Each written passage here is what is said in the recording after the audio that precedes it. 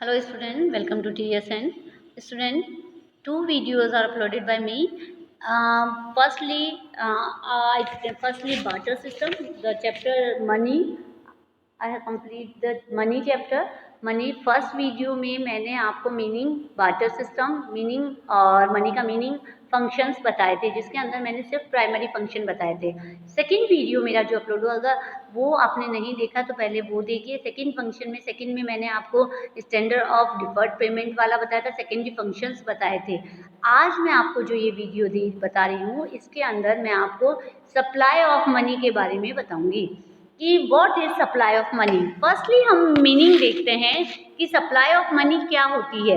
Money supply refers to total quantity और stock of money available in the economy.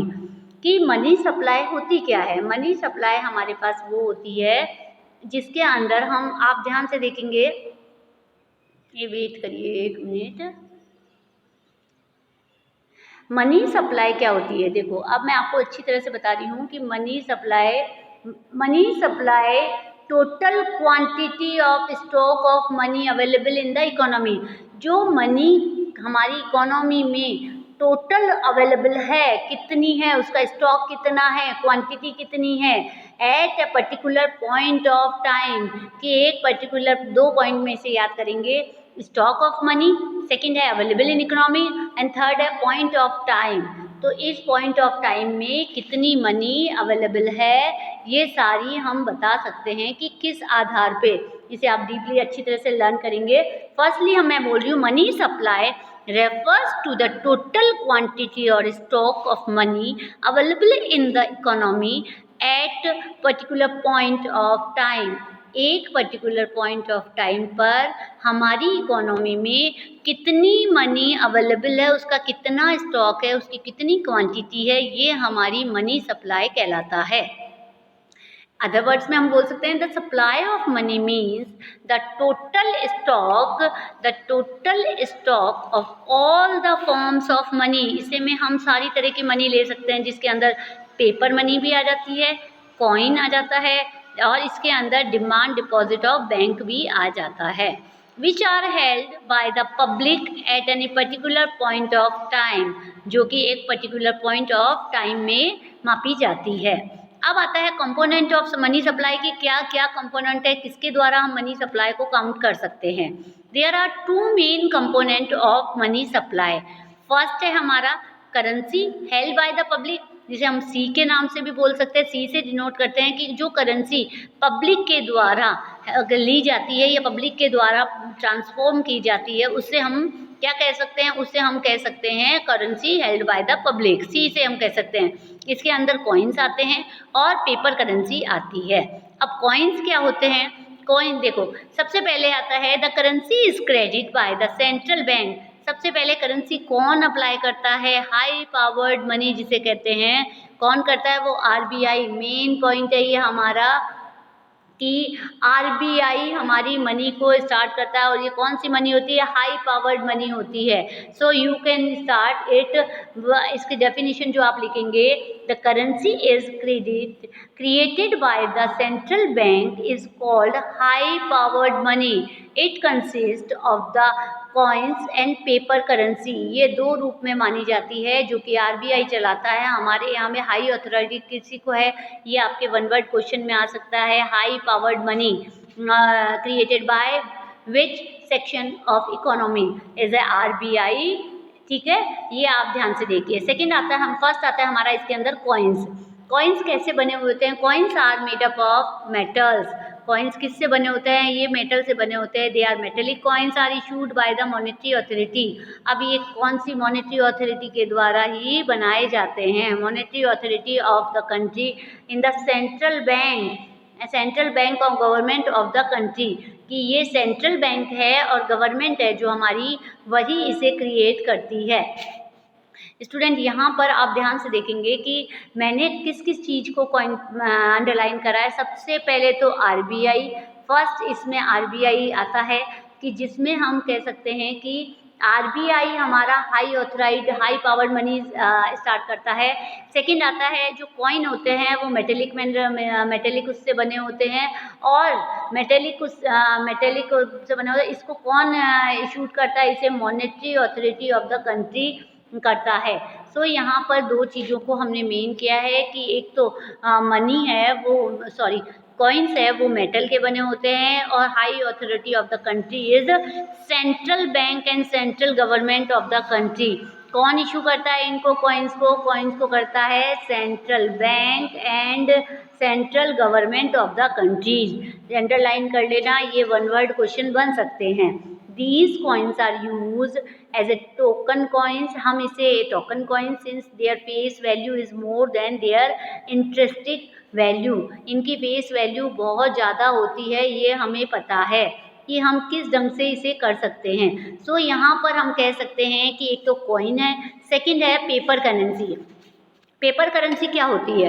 Paper currency note are the most important part of the money supply.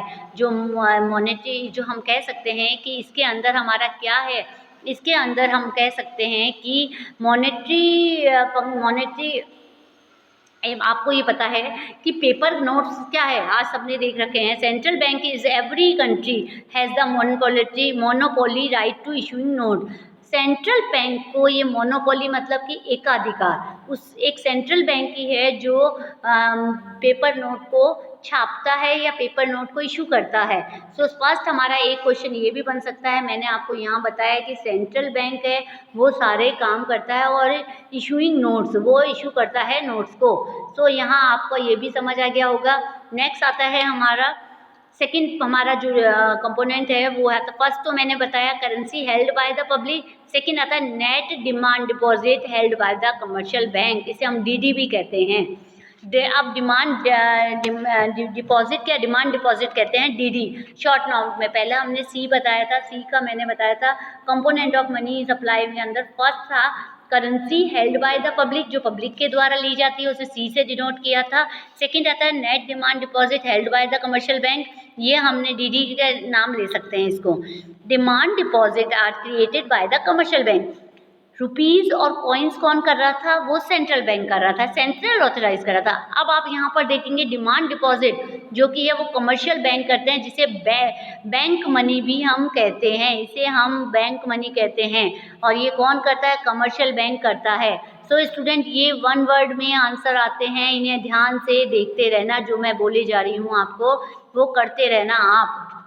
Next आता है हमारा these are current account deposit which are payable on demand. These can be withdrawal on encashed of any time of using check। इसे हम demand draft क्या कहते हैं? Bank money कहते हैं। इसे हम कभी भी किसी भी टाइम में हम इशू करवा सकते हैं। द बैंक डज नॉट पे एनी इंटरेस्ट, इस पर कोई भी इंटरेस्ट नहीं लेता बैंक, और प्रोवाइड चेक देता है इसके लिए। हमें आपके घरों में भी चेक होगा, उससे देखिए आप कभी भी लगाएंगे तो उसके ऊपर कोई भी पेमेंट नहीं कटता है। Next student major of money supply. अब मनी सप्लाई के दो कंपोनेंट थे, मैंने पढ़ा दिए आपको। थर्ड आता है हम मेजर कैसे करते हैं कि मनी सप्लाई हो रही है परंतु करेंसी किस ढंग से हो रही है। So first in India there are 4 alternative major of money supply use by Reserve Bank of India. Reserve, अब इस पर भी क्वेश्चन बनता है, क्या क्या क्वेश्चन बनते हैं? सबसे पहले तो कितने मेजर्स हैं, कितने ऑल्टरनेटिव्स आएंगे हमारे पास। तो हम यहाँ पर कह सकते हैं कि रिजर्व बैंक ऑफ इंडिया है वो मनी सप्लाई को 4 टर्म में करता है। फर्स्टली आप इजीली देखेंगे इसको कि फर्स्टली देखो इसके अंदर M1, M2, M3, M4 ये आप MA करेंगे तब तक आपको काम आएगा कि ये क्या है, और अगर आपने अभी इसको सीख लिया तो इजीली आप कर सकते हैं। मनी फर्स्ट है M1। M1 के अंदर कौन कौन सी मनी होती है? स्टूडेंट सी मैंने आपको पहले भी बताया, सी मैंने आपको बताया था कि सी के अंदर क्या आता है? सी आता है हमारा करेंसी हेल्ड बाय पब्लिक। सब डीडी हमारा क्या आता है? डीडी हमारा आता है net demand deposit is commercial bank. और ओडी क्या आता है? Other expenses. ओडी मतलब क्या होता है? हमारा अदर डिपॉजिट, जो कि कौन करता है? अदर डिपॉजिट हमारा करता है आरबीआई। सो स्टूडेंट यहाँ पर आपने अच्छी तरह देखा कि इनका मीनिंग पढ़िए। फर्स्ट है M1। M1 के अंदर आपको currency held by public coins, paper notes, जो पेपर नोट्स हैं, कॉइन्स हैं, वो सी के रूप में M1 आता है। डी आता है हमारा demand deposit of the people commercial bank, तो डी हमारा क्या हो गया, कमर्शियल बैंक के द्वारा डिमांड डिपॉजिट।